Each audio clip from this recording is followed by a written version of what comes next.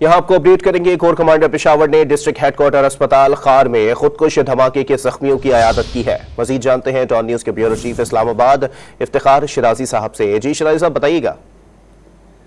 جیسے کہ ناظرین کو معلوم ہے کہ کل باجوڑ میں JFA کا ورکرز کنونشن تھا، جہاں پہ خودکش دھماکہ ہوا جس میں 40 سے زیادہ لوگ شہید ہوئے اور پھر 100 سے زائد زخمی ہیں، جن کو مختلف ہسپتالوں میں علاج ان کا کیا جا رہا ہے۔ آج کور کمانڈر پشاور نے ڈسٹرکٹ ہیڈ کوارٹر ہاسپٹل خار کا دورہ کیا ہے اور وہاں پہ جو زخمی زیر علاج ہیں ان سے جا کے ملاقات کی ہے، اور ساتھ ان کو اس بات کی یقین دہانی کرائی گئی ہے کہ مسلح افواج ان کے علاج کے حوالے سے ہر ممکن تعاون کرے گی اور اس میں کوئی کمی نہیں چھوڑی جائے گی۔ اس دوران کور کمانڈر پشاور نے جو کل شہید ہوئے افراد ان کے لواحقین سے ملاقات بھی کی اور ان سے دلی ہمدردی کا اظہار کیا ہے، اور ساتھ میں ظاہر سی بات اس حوالے سے بھی کوشش کی جا رہی ہے کہ سارے منصوبے دہشت گردی کے واردات کے پیچھے جو بھی عناصر چھپے ہیں ان کو بھی تلاش کیا جائے اور ان کو قرار واقعی سزا دی جائے۔